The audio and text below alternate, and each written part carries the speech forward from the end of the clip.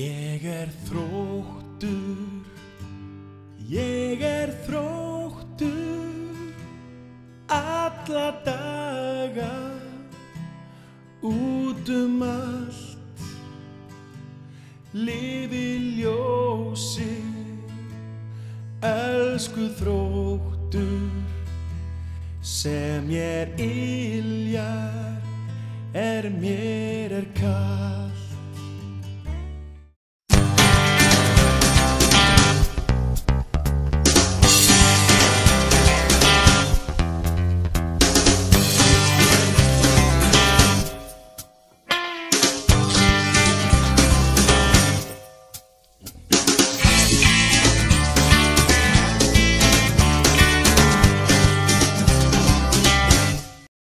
Kem í Þrótt 87 í handboltan og þar til 89 sem minnir að þá hafi Þróttur lagt niður handboltadeildina. Minnir að sé 89, þannig að ég fer yfir í Val í 1 ár. Strákarnir fóru allir, félagarnir fóru allir bara þá yfir í fótboltan í Þrótti.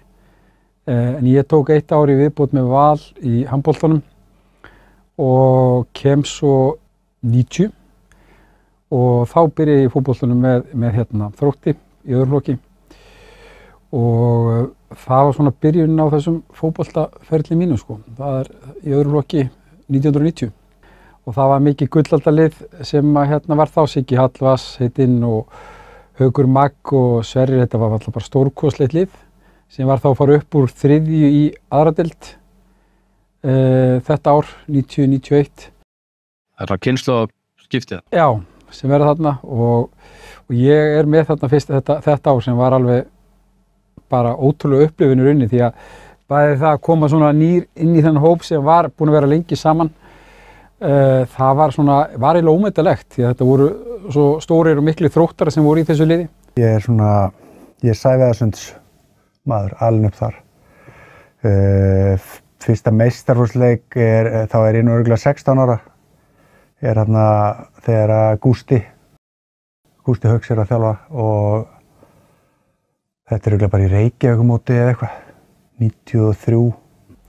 Já, við flyttum í bæinn haustið 91 og komum úr ÖFHÖ, ungmennafélag Hveragerðis og Ölfuss, sem ég var að koma að sko að þeir fóru svo á hausinn þegar við fórum. En okkar fyrstu fótboltafélagar í Langaskóla eru Valsarar og við byrjuðum á að fara á æfingar með þeim inn á Hlíðarenda hjá Val. Þar fótbrotnaði ég snemma og svo þegar ég kom svona tilbaka þá var ég settur í D-lið og Hans í A, en ég fekk reyndar að vera í marki í C-liðinu. Það var svona bónusinn fyrir mig. En Stjáni Fjellst plataði okkur svo yfir með, hann var sundkennarinn okkar á þeim tíma og hann platar okkur yfir í Þrótt og það var ekkert aftur snúið. Ég held ég að byrja í 7. flokk og var þar alveg, já, bara upp í meistari en ég og Hans og Jens fóru reyndar í K.R. stuttstopp sem að sumir voru ekki ánægðir með. Sem byrja á H? Hallur? Já, hann fór ekki með ykkur? Nei, hann sér bara Þrótt. Svo voru kallar á fund niður í gamla Þróttarheimili þar sem að Vilmu var og það kom ekkert annað til greina en að fara út og þá vorum við búin að skrifa undir samning við Þrótt. Ég leit út þegar það var ókengið? Nei, við bara þorðum eitthvað öðru. Ég ólst upp í Fram, upp í 4. flokk. Svo fer ég þaðan í Þrótt, allir vinnir minn voru í Þrótti og síðan þá bara var ég hógt og hef náttúrulega alltaf verið Þróttari síðan þá. Hann var með liðið, 93, 4, 5 og 6. Það ævintýri endaði náttúrulega með hinum fræga leik gegn Skallagrím á Valbjarnarvelli. Þar sem við töpuðum og Skallagrímur fór upp. Engin út og eftir það tekur Willum við liðinu og við förum bara upp strax árið eftir. En við vorum stórhuga í þessu móti og og mættum svona sem ágæti til leiks og vel undirbúnir en þetta ár sem við vorum í fyrstdeildi 98, nei, úrvalsdeildi 98 eða efstu deild að það var skemmtilegt. Það var mjög svona krefjandi, það var ekki spurning og mjög þroskandi fyrir leikmenn hana, allavega það sem voru hann í kringum með mér. En því miður þá féllum við það ár. Ég bara man hvað þetta var ótrúlega gaman og kötturarnir voru svona bara nýtt í íslensku fótbolta og þeir voru svo margir, þeir náðu að taka svo marga með sér og þetta var svona alveg uník í íslensku fótbolta, að fá svona marga og voru búin að vera þróa sig í einhvern smá tíma en þetta ár voru þeir alveg á mögulega bara hátindinum og það kannski var eitt af því sem gerði þetta svona skemmtilegt að voru allir í félaginu einhvern virkir í þessum leik. Það var ekki bara þeir sem voru að spila eða þeir sem voru að stjórna, heldur voru bara félagsmenn almennt bara ótrúlega virkir og það var kannski það sem þessi ár sem maður svona upplifði það að félagi væri svona fjölskyldufélag einhvern veginn, væri svona gott félag, vinafélag. Sumarið 1999 stóð Þróttur ótrúlega tæpt að falla niður í C-deild. Gamla brýnu okkar, Siggi Hallvars, kom, sá og sigraði og skoraði jöfnunarmark gegn Dalvík sem hélt Þrótti uppi. Það var náttúrulega bara ótrúlegt og í rauninni ef að það hefði ekki komið, hefði ekki bjargað okkur að Siggi þarna, þá held ég að það hefði komið löng bið eftir einhverju frá félaginu. Og kjölfæri svona verði einhverju uppstokkanir, Viljum var búin að vera stórkostlegur fyrir þetta félag og bara einn albesti þjálfari sem ég hef haft. Þannig að hafa mjög mikil missir af honum, alveg gríðarlegur, því að hann var bæði með mikið metnað og keppnisskap og svona kenndi mönnum. Þannig að hafa mikil missir að missa hann, en við fengum náttúrulega einn besta mann sem ég hef bara kynnst í staðinn, sem var Ásgeir Elíasson. Já, það náttúrulega kemur inn náttúrulega bara, góðsögn í íslensku knattspyrnu lífi sem allir þekkja og allir dýrka á dag, þó hvort þeir þekkja hann eða ekki, persónulega. Þannig að fá hann inn í félagi var náttúrulega stórt, það var risastórt, það ekki þetta neitt því. Og svo þegar hann kemur inn og þá bara áttaði mig sá því hvað slags ótrúlega mikið ljúminu og frábær manneskja hann var. Tekur þann pólinn á að gefa okkur öllum þessum ungu strákum tækifæri og það er náttúrulega ekkert sjálfgefið að komi bara 5 frambærilegir knattspyrnumenn úr sama árgangi og enduðu held ég bara allir í byrjunliðinu. Við bræður, Bjöggi og Halli, Hilmar Ingi og Yngvi náttúrulega einn ári eldri, hann var búinn að taka 1 ár þarna og Geiri bara einhvern veginn tók okkur bræður allavega að tal og hlýtur að hafa tekið restina á tal og í rauninni bara sagði við okkur að hann ætlaði að leggja traust á okkur, hann hefði bara trú á okkur og þetta bara þessi orð náttúrulega byggði okkur heilan helling upp Hann bara smettpassaði inn í hópinn og þarna var náttúrulega hópurinn alltaf búinn að yngjast aðeins upp og fleiri ungi leikmenn komu inn og búin að skólast töluvert mikið margir af Viljum sem hafði látið menn alveg finna fyrir því Þannig að þarna kom önnur típa manni sem var aðeins léttari á því og var með meiri þolinmæði gagnvart ungu leikmönnum og mín byrjun var nú ekkert eitthvað glamorous eins og maður segir að ég taldi mig vera miklu betri en ég var svona fyrst sinn og hann þurfti aðeins að ísa mig inn í liðið og byrjaði alltaf að spila mér í bakverði, hann Geiri og ég sagði við hann að ég vildi ekki spila bakverð þannig að hann lét mig sitja heilt tímabil á bekknum eða út úr hóp og ég þurfti að horfa á verri mann en mig vera að spila allar mínúturnar og þegar næsta tímabil byrjaði að segja mér alls saman hvað ég spila og það var tímabilið sem við fórum upp. Sumarið 2000 stóð einnig tæpt. Hið unga og upprennandi lið Þróttar stóð höllum fæti og í lokaleiknum á Hornafirði þurfti liðið sigur og ekkert annað. Þetta var bara þannig að við bara urðum að vinna. En Hansi bróðir kemur inn í hópinn aftur eftir að hafa svona ég veit ekki hvað það var, hvort hann var meiddur eða hvort það urðu ykkur ósætti eða eitthvað, en hann svona flosnaði þess út úr þessu og fór í 2 vikna Spánaferð. Kemur svo aftur og hann í rauninni átti ekkert að fá að spila neitt þú veist, meira, en það var sko, ég og Will vorum báðir í banni, hvort það voru, þú veist, 2-3 meiðsli í hópnum og annað, en hann sem fer með. Og hann eftir að vera á bekknum en svo tekur hann hérna, Bjöggin okkar, tekur einhverja hjólestspyrnu hann í uppbytun og treystir ekki til að byrja. Þannig að hann sé komin í liðið og hélt okkur uppi, skoraði 2 mörk í þessu leik, sko. Spilaði þessi örugglega fínan samning hjá Tryggva þetta kvöld, sko. Hansi bara átti þetta, hann átti siðið, hann átti leikinn, hann átti mómentið og hérna, sennilega búin að lifa eitthvað á því eitthvað í 20 eitthvað ár.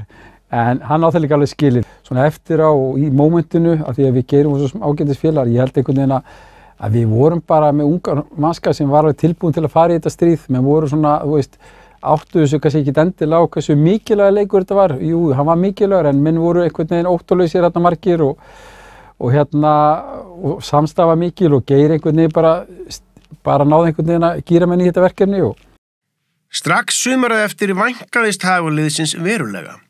Þróttur var í toppbaráttu allt sumarið og í lokaleiknum fór það svo að Þróttur og KA léku úrslitaleik hvort liðið kæmist upp. Þetta tímabil 2001 framar vonum í rauninni bara hjá öllum, sko. Það var enginn sem spáði þessu. Mér minnir okkur að vera spáð 7. sæti eða 7. sæti. Eðlilega, við rétt heldum okkur uppi árið undan. Það er úrslitaleikur við KA og er þetta ekki bara fyrsti leikur sem í næst efstu deild sem sýndur í beinni útsendingu á RÚV? Sko, í minningunum voru bara 2000 manns á vellinum og leikurinn í beinni og það var bara, þú veist, fólk í kringum allt og hérna, en þú veist, ég verð að kasta þessum leikmönnum undir rútunu þar sem að skora þessi sjálfsmörk, sko. Nei, en þú veist, við urðum að vinna. KA náttúrulega nægir jafntefli. Og við skorum 2 sjálfsmörk og það versta kannski í því að vinur okkur á fyrrum samherji Hreinn Hringsson sko eignaði sér bæði mörkin minni mig sko. Það situr ennþá í mér sko. Þannig að ef hann sér þessa myndektina þá skuldar hann með afsökunarbeini.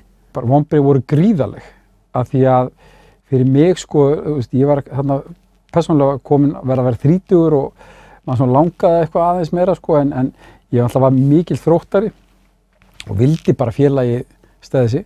Þannig að það var svo mikil séns en vonbrigðin það eina, eða svona ekki eina það sem setjum í mann eftir þetta tíma var mikil vonbrigði, það fari ekki upp gríðarlega en svo það bara komin bættu fyrir þannig árið eftir sko. Eftir vonbrigðin sumarið 2001 voru menn ákveðnir að gera betur sumarið eftir. Í fyrri hluta Íslandsmótsins gekk Þróttur hins vegar ekki vel.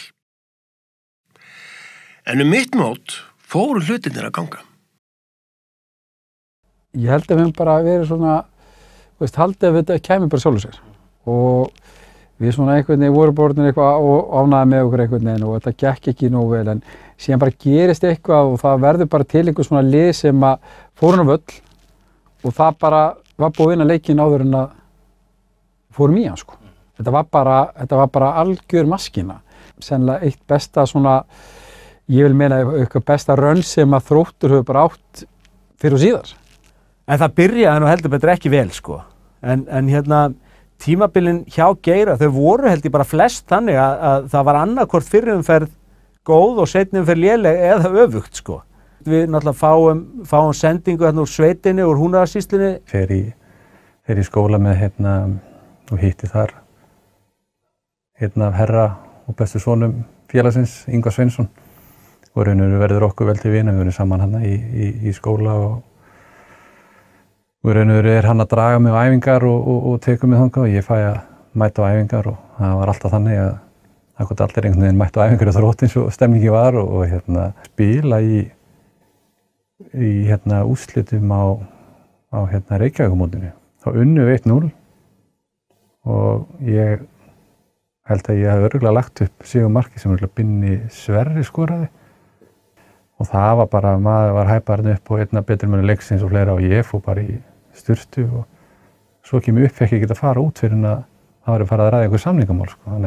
Þannig byrjaði þetta allt og ég lappaði með samning út eftir þann leik og svo kláraði þann og skrifa undir og þannig bara byrjaði þetta. Við tókum ekkert vel á mótunum, við spörkuðum hann niður og letum hann vita því að það kem ekki sveitastrákur að taka okkur út úr liðinu sko. Ég man alltaf eftir því að það er mjög minnistætt sko, þegar ég mæti þarna og ég þekkti svo sem ekkert alla eða marga þarna í liðinu maður bara aðalega Yngva og ég fer eitthvað harkalega í einn góðan leikmann sem að stóð upp og svaraði með þannig að drullastu aftur heim í sveitina, þú þarna sveita lúðin.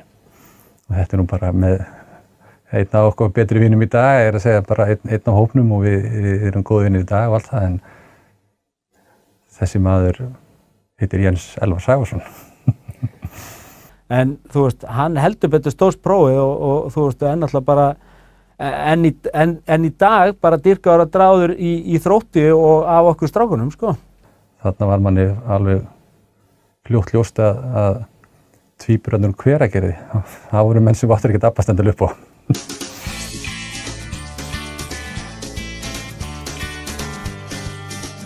Captain Fantastic Páll Einarsson, eins og sumir vilja kalla hann pabbi Einars, þú veist að hann alltaf, þú veist, bara tók á mót okkur og var bara pabbi Einars og þú veist, og hefur bara, þú saumaði okkur inn í þetta. Sko, ég hugsa ég tala fyrir mitt leiti að þegar ég var að koma hann upp og þá var bara einn maður sem að leita upp til í liðinu, það var Páll Einars og það var nóg. Ef hann tók mann að teppið þá bara lítið maður. Þannig hann var svona fullkominn fyrirliði fyrir allavega mig og flesta þessar strákum, hann gerði þetta alveg upp á 10 sko. Menna, hann var náttúrulega bara pappin hérna og var sá sem að stjórnaði bara öllu sem fór utan vallar, herrakvöldum og peppa menn upp og hann var bara leiðtoginn og fékk líka bara menn með sér, það er ekkert þetta líka illa við Páll Einarsson. Þessi stráku voru búin að vera í meistaraflokki margir í dálítið langa tíma, þannig að þeir voru búin að fá Willumsskólan nokkrir heldur betur og þannig þeir voru alveg búin að aðlagast því, voru búin að fá góðmennskunni hjá Geira, þannig að þeir voru búin að vera lengi þó það væri ungir. Þannig að þetta var ekki einhvern veginn þannig að það þyrfti eitthvað að skóla menn mikið til, en auðvitað var kannski einhver svona tímapunktur það sem maður þurfti einhver tíman að bara leiðbeina og hjálpa sko á einhverju tilvikum, en heilt yfir voru þessi strákar bara orðin þar undir að þeir voru alveg með þetta.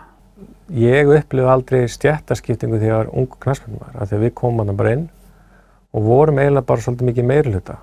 Og auðvitað náttúrulega bara maður verið einhver Palli, en Palli var ekki þessi vonda típa af manneskju sem skilur lætur mann pússa skóna og eitthvað svona. Hann var bara svona, vildi bara menn sýndu sér og klúbnu virðingu og menn reyndu náttúrulega bara að gera það.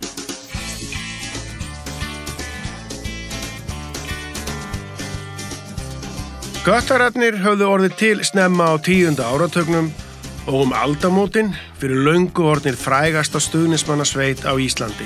Nú var gaman að vera Þróttari og Köttararnir létu ekki sitt eftir liggja. Þetta, sko, þeir eru náttúrulega til að það niður í Sævaðarsundi, náttúrulega ótrúlegir karakterar, þessir menn sem að ég þekki ágætlega í dag ennþá eru bara, sko, ráðsettir fjölskyldufeður. Ég man eftir bara einn ónefndur mætti, það var náttúrulega menn voru aðeins með bjórum hönd þarna og það var ekkert endilega vel liðið að stuðningsmenn væru að drekka bjór í stúkunni og það var einn sem að kom með klósett með sér, bara postulíns klósett og að sjálfsögðu von í því var klakki og bjór. Bara hvergi annars staðar en hjá Kötturunum hefði þetta verið gert. Ég man líka eftir Köttunum, þú veist, 98 þegar, þú veist, vorum hjá Willum eða þú veist, 99 þegar bara í fyrstdeildinni og einhvern tíma fórum við, þú veist, út í garð.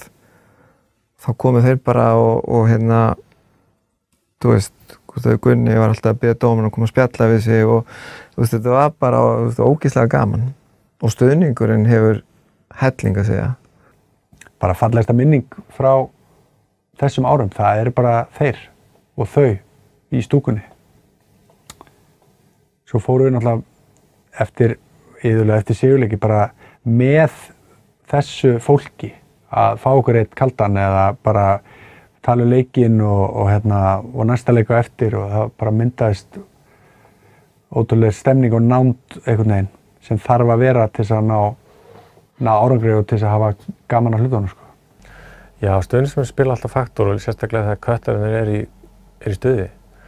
Þá er engin klúbbur í Íslandi sem er skemmtilegur að spila fyrir. Það er bara alveg algjörlega þannig og það er þessi samheld eins og klúbb þegar vel gengur og þetta er mikið að geggjuðu fólki sem elskar hennar klúbb.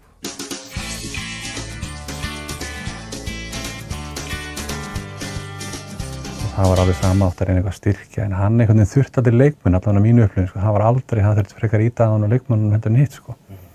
Við þurftum að halda einhverjum svona prúven skorara sko.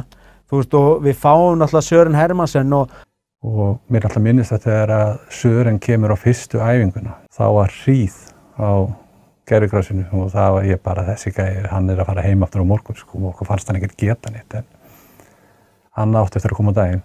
Og hann kemur líka bara það vel inn í félagið, inn í liðið og bara þú veist, hann fenguð bara topp leikmann, hann var að spila í efstu deild í Belgíu á þessum tíma sem var náttúrulega bara frábær deild sko. Fyrst sinn fannst mér ekkert geta, lítill Dani rífandi kjatt endalaust og mér fannst hann ekki vera með neitt frábæri tækni, mér fannst hann vera hægur, mér fannst hann vera aumur, svolítið fyndið en hann átti að vera eitthvað svaka leikmaður, hann maður svona gaf honum sko vafan, en svo bara leið og tímabili kom, boltinn sogaði staðan minn klárar öll færi sem hann fær, þetta er bara þetta instinkt sko. En hann var rosa gaman að spila með honum og flottu gaur og skemmtilegur sko. Hann alltaf var bara orðin mikill þróttari og er það enn í dag, þú veist, hann kemur og heimsækir Ísland ennþá í dag og þú veist, og félagsstöðarstjórinn í liðinu, Yngvi Sveinsson, alltaf hóar oft menn saman þegar hann kemur og þú veist við hitt hann og þannig að hann er ennþá mikill þróttar í dag. Opnunarleikurinn 2003 og það gerist ekki mikið stærra. Sjálfir Íslandsmeistararnir í KR á Laugardalsvellinum, spennan er óbærileg. Já, geggjað sko, bara þú veist, sko, mér minnir að Arnar og Bjarki hafa verið báðir í KR-liðinu hana. Þetta voru náttúrulega bara, þú veist, þetta voru náttúrulega bara góðsagnir fyrir okkur á þessum tíma, þú veist, frá því að þeir fóru að vaksa þarna með Skagaliðinu og svo var maður komin að spila móti þeim að það sko, að þú veist, þetta var náttúrulega bara geggjað. Ég man alltaf eftir einu atviki sem að maður, þú veist, klikkaður að gera þegar við spila móti KR. Arnar Gullars kemur í pressu á mig og hann, þú veist, ég er með boltan silkislagur aftastur en ég ákveði að taka hann hérna með hælnum aftur fyrir mig og sólan sem tókst sko, hann bara sparkaði mig niður sko.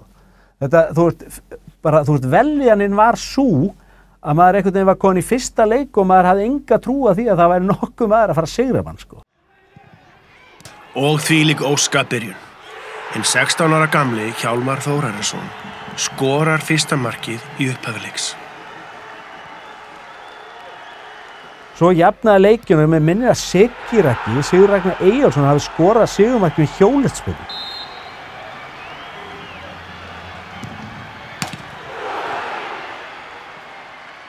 Og þarna mátti engum muna að Bjöggi náði að jafna leikin. Svona típist kannski reynsluleysis tap gegn, voru þeir ekki meistarar þarna. Já. Þeir grænduðu inn sigur. Svo verður atvik í þessu leik. Já, ég veit hvað atvik út tala um. Það er okkar háttvirtur Yngvi Sveinsson ekki. Já, hann alltaf var ekki fyrirsögn þar sem hann man ekki eftir, þú veist, kvotaði í hann, man ekki eftir fyrsta leiknum. Já, það ekki? Já.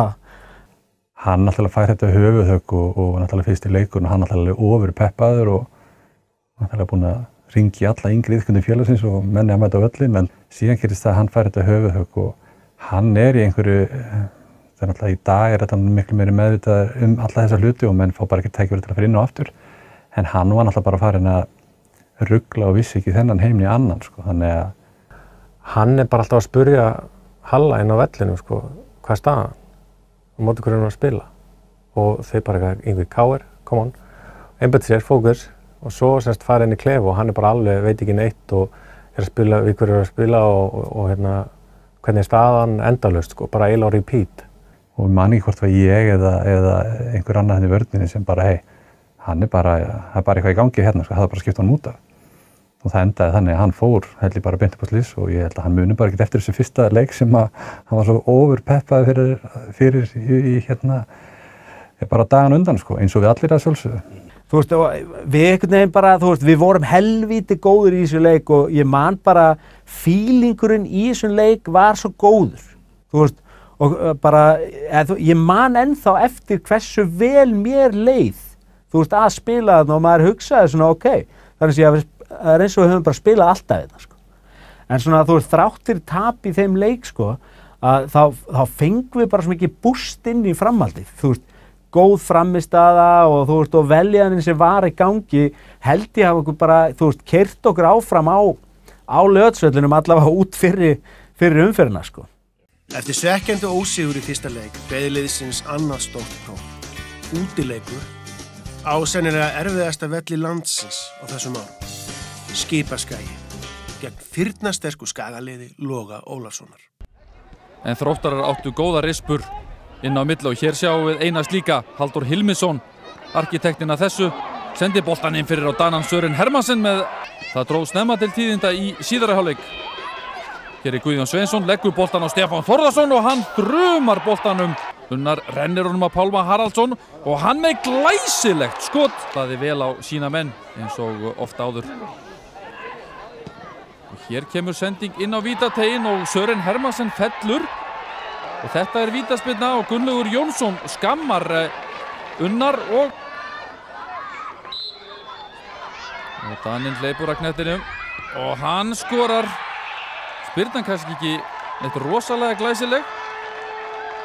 Við sjáum það hér eftir og hann þrumar í jörðina fyrst. En hann er heppinn, Sören Hermansen, staðan 2-1 fyrir Skagamenn og þeir áttu smá von. En lengra komust Þróttarar ekki að þessu sinni. Og Skagamenn gerðu út leikinn með sínu 3. marki.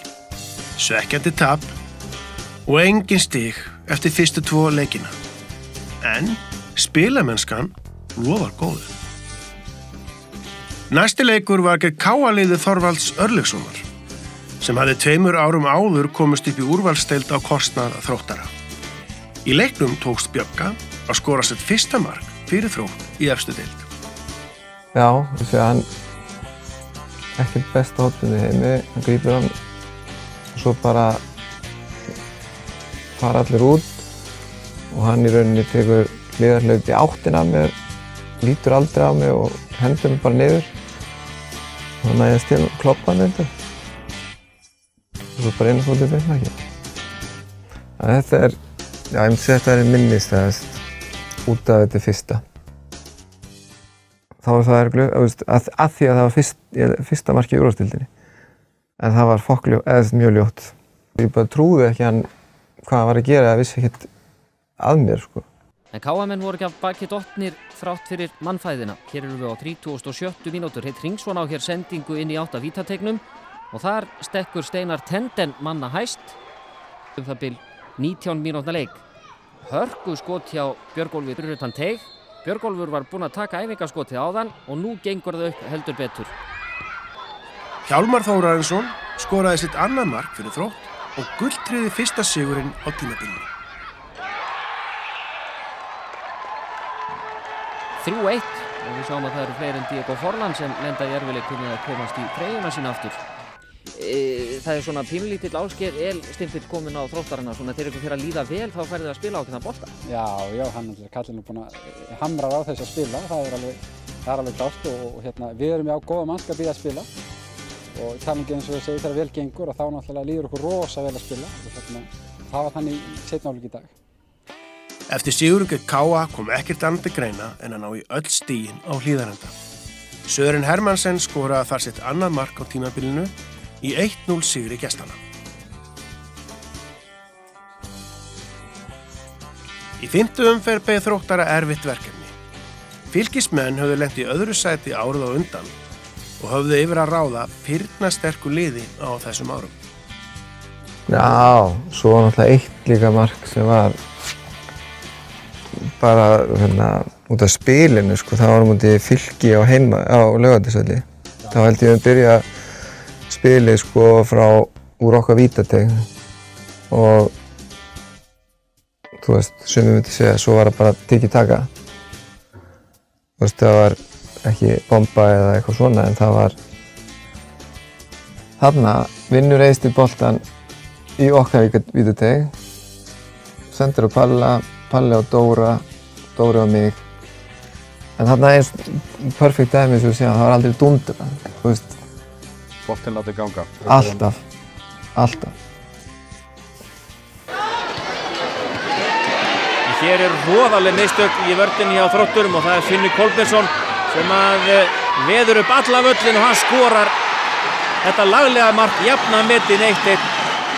Hér komið fram yfir venjulega leiktíma og nú það Þróttarar sem sækja, það Páll Einarsson fyrirliði og hann rennir boltanum hérna inn á vítateiginn og það Sören Hermansen en vel gert og Kjartan Sturlusinni kemur út úr markinu, Björgólfur hérna sendingun og Páll á skotið og síðan Sören og aftur við Kjartan.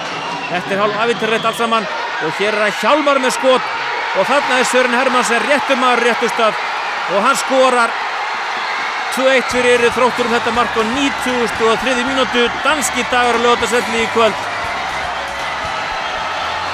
Það fínt að vera komin 9 stig, við erum svona kannski rétt hæflega hálfnaðir í það að tryggja okkar veru í efstu deild áfram. Við náttúrulega höldum bara ótrúðir áfram í því að tryggja okkar veru í efstu deild. Það náttúrulega markmið nummer 1. Já, það markmið hjá okkur nummer 1 og ef okkur tekst að því fyrir bara sítt betra þá getum við bara að skoða stöðuna på nýtt. Eftir 3 sigurleiki í röð voru það Grindvíkingar sem rifu liðið niður á jörðina með 2-1 sigri.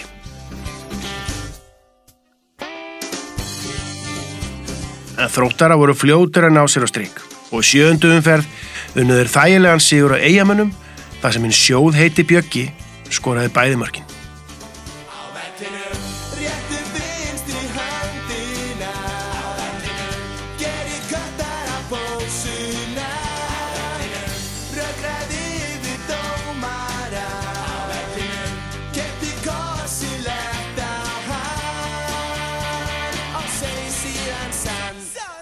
Næst beið Þróttara 2 leikir gegn FH-liði Óla Jó.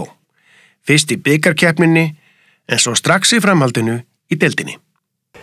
Minnir að það hafi verið fyrirleikurinn á 5. og seinni leikurinn á sunnudegi eða mánudegi og við spilum í bikarnum, í Krikanum, töpum 2-1 bara í jöfnum leik og þar spila bæðilið 4-3-3 og daginn eftir hann fekk svona mjög þrjóskur sem einkenni allra góðra þjálfara sem ég hef verið hjá eða unni með og það bara, nú ætla ég að fara í 3-5-2 og það var ekkert eitthvað recovery æfing eða eitthvað, það var bara taktík og við æfiðum bara þetta. Hann elskaði 3-5-2 og var alltaf að reyna að spila 3-5-2, alltaf og það virkaði aldrei. Svo semst við vorum að fara upp, þá byrjuðum við alltaf í 3-5-5 og svo fórum við 4-4-2 eða 4-4-3 eða eitthvað svoleiðis. Nema eina skipt sem þetta var að virka var 2003, fyrir umferðin. Og svo mættum við í Krikan, öllum eða fangum að óvörum spiluðu þetta kerfi og þeir áttu mjög erfitt bara með að klukka boltan af okkur og við unnum hennar leik 4-1 minni mig. Og þvílíkur leikur. Bjöggi skoraði fyrsta mark leiksins eftir góðan undirbúning frá Palla.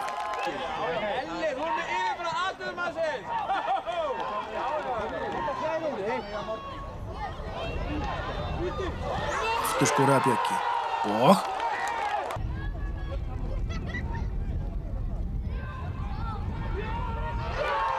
kórónaði svo að þrennuna.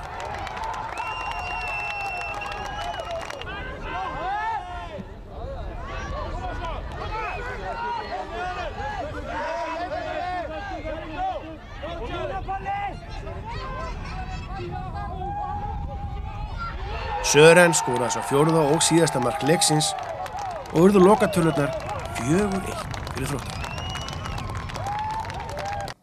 Við vorum spáminni í þessu leik og sérstaklega á heimavelli þeirra þá það fer held ég fátt meiri byrjunar á stærri liðunum að þurfa að elda boltana heima öll á móti nýliðum. Þetta eitt skemmtilegasti leikur svona í minningunni sem maður var að spila, náttúrulega ógeðslega gaman að spila alltaf í Kaplakrika og örugglega skemmtilegasti völlur til að spila á Íslandi sko, og þú veist, þráttur það var alltaf gaman að koma í Frostskjól líka, en bara griðjan þarna og þú veist, það var alltaf ógeðslega gaman, þú veist, þið leið eins og það væri, þú veist, það voru ekki ógeðslega margir á vellinu þannig, en þið leið eins og það væri sko allir onni þess samt sko, þú veist, út ofan í einhverju grifju og þetta var svona líkt í að hafa eitthvað stadium í kringu sig, en leikurinn var náttúrulega bara geggjaður í alla staði, þú veist, 4-1 sigur. Eftir leikinn sagði Geiri að sennilega myndi 22 stig duga til að halda sæti Þróttar í deildinni. Já, ég man eftir þessu, eða svona, þú veist, maður rifjaði þetta upp aftur og við fengum þau svo sannarlega.